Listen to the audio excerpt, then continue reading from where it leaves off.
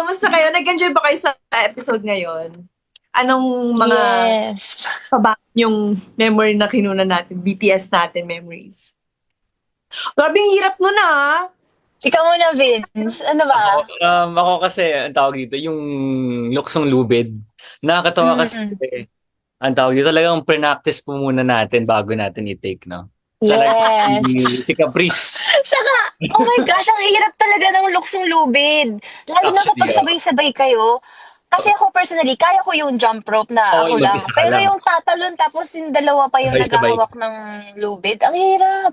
Ako nga lang na nanonood, na hirap na ako sa inyo. Paano pa kaya kung ako na buti na Ayaw lang. mo kasi sumali eh. So kasi Okay si lang. Miss Bungisisi, Just, pinapahirapan mo kami sa mga pag-games mo eh. sabi po ng episode natin ngayon. Sorry na. Pero guys, may tanong ako sa inyo. How is it like playing your characters? Nakaka-relate ba kayo?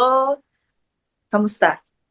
Ako kay Dana. Si Dana kasi medyo parang palaban talaga na kung ano Yeah. yung Mm-mm. paniniwala niya, yun yung ipupush niya. Ilalaban niya talaga kung ano yung feeling niya tama. And feeling ko, ako din naman ganon, personally, as Zonya. Kung ano yung patingin kong tama, yun yung susundin ko at yung paglalaban ko. Kaya. Yes. Masaya. Grabe ka yun. Hindi ako naman siguro with Will kasi I mean, my character there, yun, si Will. Very, very chill lang siya. Siya yung parang pinaka, ang tawag dito, nagiging Peacemaker. equalizer ako, peacemaker ng grupo. So, lagi siyang nasa gitna, wala siyang kinakampihan. So, I think, oo, sobrang nakaka-relate ako dun. Especially, yan. For example, sa mga barkada-barkada. Gusto ko lahat, Mm. okay, lahat bate. So, Mm-mm. talagang feeling ko nakaka-relate ako sa character ko. Ikaw, Ang ganda. Mm. Miss. Ako? Ay, relate na relate ako. Sobra. Tinanong naman po, bungis-is po Pero, talaga siya, as Hindi, Kate. ang hirap. Ang hirap na laging tumatawa kahit hindi nakakatawa yung sinasabi ko. Ang hirap! Ang sakit ng Mm. ko. Na-feel ko Pero, nga. diba? Pero, ang ganda ng combination ng team nyo. May iba-iba kayong personality and may iba-iba kayong strength. So, ang ganda nyo Mm. tignan.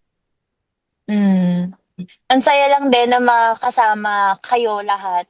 And yung buong team, yung buong um, grupo kami. Kasi yun nga, sayo, magkakaiba talaga kami ng ugali, ng mga personality. So, ang saya din panoorin. Exactly. Lalo na si Jamil.